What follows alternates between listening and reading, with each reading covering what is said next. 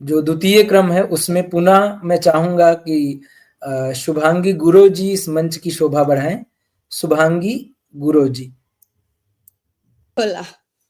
और मेरी अभी रचना है कि हमेशा मेरे मन में एक सवाल होता है, तो वही मैंने आपके सामने प्रस्तुत कर रही हूँ। मन में उठता है हर पल एक ही सवाल है कि क्यों, कितनी भी बड़ी सजा हो ही क्यों ना हो, उसको भी पता है कि क्या गुनाह किया है उसने।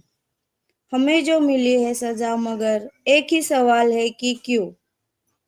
बनाए इतने सुंदर ग्रह तारे और पृथ्वी, ये सृष्टि, इसमें आता है प्रलय, होता है इतना बड़ा विध्वंस, बस एक ही सवाल है कि क्यों। है दुनिया में इतनी संपत्ति और संतति, मगर साथ कुछ नहीं आता, इसलिए एक ही सवाल है कि क्यों। सुख दुख दर्द है सब तेरे ही दिए, यह तक कि प्यार भी सब कुछ तो छोड़ के जाना पड़ता है, इसलिए एक ही सवाल है कि क्यों। इंसान जब पैदा होता है, जीता है, अपना सुख पाता है, मगर अगले क्षण क्या होगा, जिएगा या मरेगा, सब धरा का धरा रह जाएगा। बस एक ही सवाल है कि अगर तू ही सब करता है, तू ही धरता है, और बाद में अंत ही तू ही है, तो ये सारा संसार तूने ही बनाया है, मगर एक ही सवाल है कि क्यों। तू खुद को बताता है परम पिता, मगर सब कुछ तेरे हाथ में।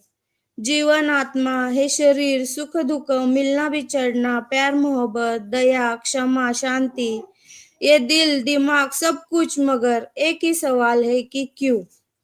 जैसे तू चाहता है वैसा होता है, तू ही करता करविता है, तू ही छुपता है और तुझको ही खोजने को कहता है, मगर एक ही सवाल है कि क्यों।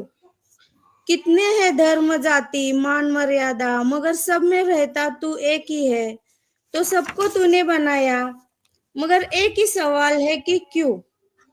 होता हमारा तू पिता, करता हमारा भला, तो लाके हमें इस दुनिया में, ऐसे हमारे साथ तो तू ना खेलता। इसलिए मन में हमेशा एक ही सवाल उठता है कि क्यों। जी धन्यवाद। जी, बहुत ही भावपूर्ण रचना थी।